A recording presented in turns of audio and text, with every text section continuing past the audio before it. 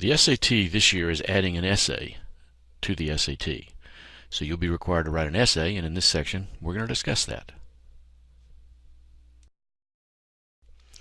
The first section you encounter with the new SAT is going to be the essay. You'll be given 25 minutes to write it. Now don't panic. 25 minutes is longer than you think. And in a few minutes we're going to go over how to spend that 25 minutes most effectively. How effective the scoring is on this test is one of the uncertainties this year.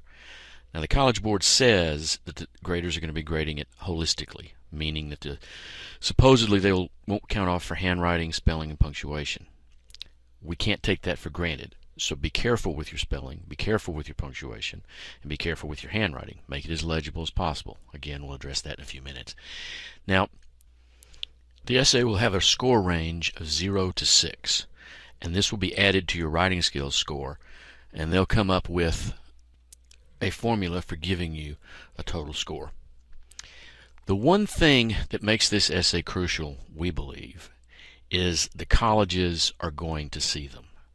The College Board has been able to market these to colleges so that colleges have the right to see them online, and you can guarantee that they're going to use those for admissions purposes. They'll compare the essays written under 25-minute constraints with the polished essays they get with applications.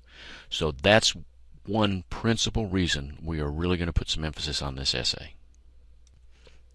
In examining previous AP essays and SAT-2 essays, it's quite evident length impresses the scorers. So use the entire space you're given. Now that doesn't mean that you need to put in a whole lot of padding and useless phrases. It doesn't mean you need to make your lettering extra large or anything like that. It just means be aware that you have plenty of space and use it. When you change paragraphs, indent. Don't skip a line to indicate a paragraph change.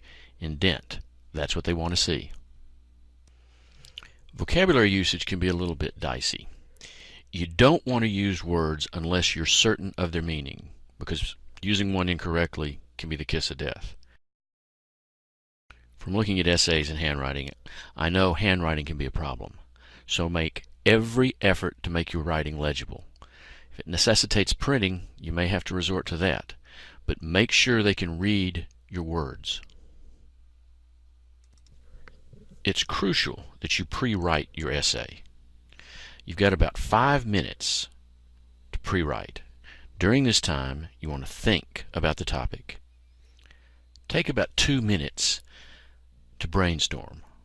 Now, you want to look at as many viewpoints as you can. You want to bring in as much diversity of thought as you can to the essay. So brainstorm like heck. You can weed out the thoughts you don't want. You can weed out the extraneous thoughts when you're organizing the essay. Now, when you're doing your thinking and your organizing, you want to recognize what the argument is in the argument.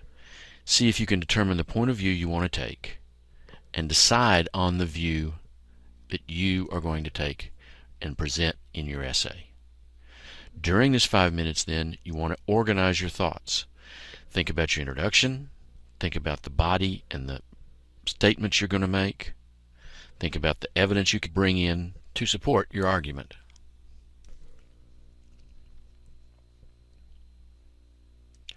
Let's look at the prompt you're going to receive.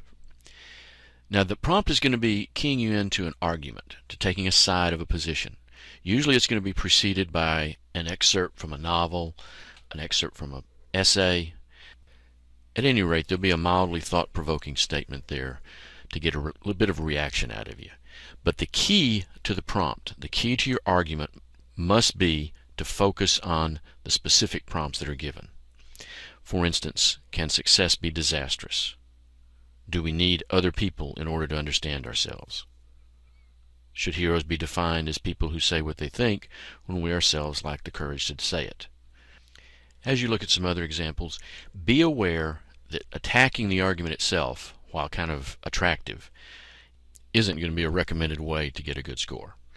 So focus on the argument that you want to develop in response to this prompt.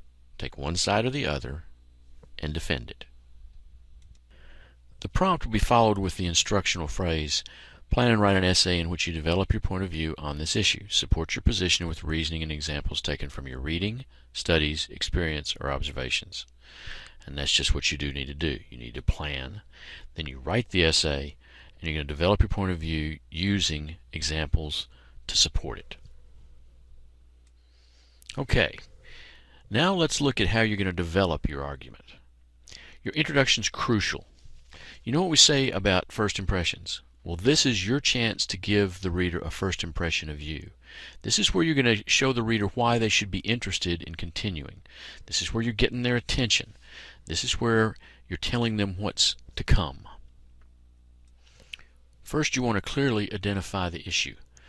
Now, you can do this sometimes by restating the claim or the prompt, but a better way to do it is to see if you can restate it while also giving your viewpoint. Let them know the argument you're going to make. Then you're going to follow this with your thesis statement. Now, your thesis statement is going to be very clear. Your thesis statement makes it perfectly apparent to the reader what your stance is and where you're going to take this argument.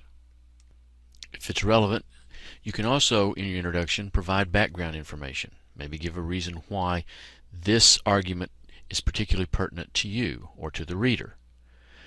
You want to be sure and define any terms that are going to be used in the argument. In other words, if your stance is unclear in any way, this is the time you clarify what your argument is. The key thing you want to do with your introduction is make your stance very clear and get the reader's attention. This is where you hook them. Believe me, this is where you have the opportunity to have them on your side from the start. Making your position on the argument quite clear and evident. The body of the passage should follow your introduction. These 3 paragraphs should follow the classic format. You want to make your claim, and then you're going to want to support that claim with reasons and with evidence. Now, the evidence can be fact or opinion. In either case, it must be supported in a logical fashion. Be sure when you're supporting this that you don't stray from the topic. You want to relate all your examples, all your reasons, all your evidence to your thesis statement, which is support, clarify, and add to your overall argument. Try to incorporate emotional and logical appeals with the reasons and evidence you're giving. You want to try to clarify the need or value. Try to make the reader feel your argument, feel the reasoning behind your argument. The sign of a skilled writer is being able to acknowledge opposing viewpoints. Now, this can be a little tricky, but it will score you points if you can acknowledge opposing viewpoints, whether or not you accommodate them, even giving them their due, or refuting them. You need to acknowledge the presence of opposing viewpoints. It's a sign of a good writer. Other than concluding your essay, you want to do 3 things with your conclusion. First, you want to remind them of your claim. So you want a restatement of your claim, a restatement of your argument. Then you want to recall all the support for that argument. You want to make the reader remember the evidence and support you had for that argument that made it such a strong argument. And then if you can, you want to make a final appeal. The final appeal can be a call to action. The final appeal can be something emotional.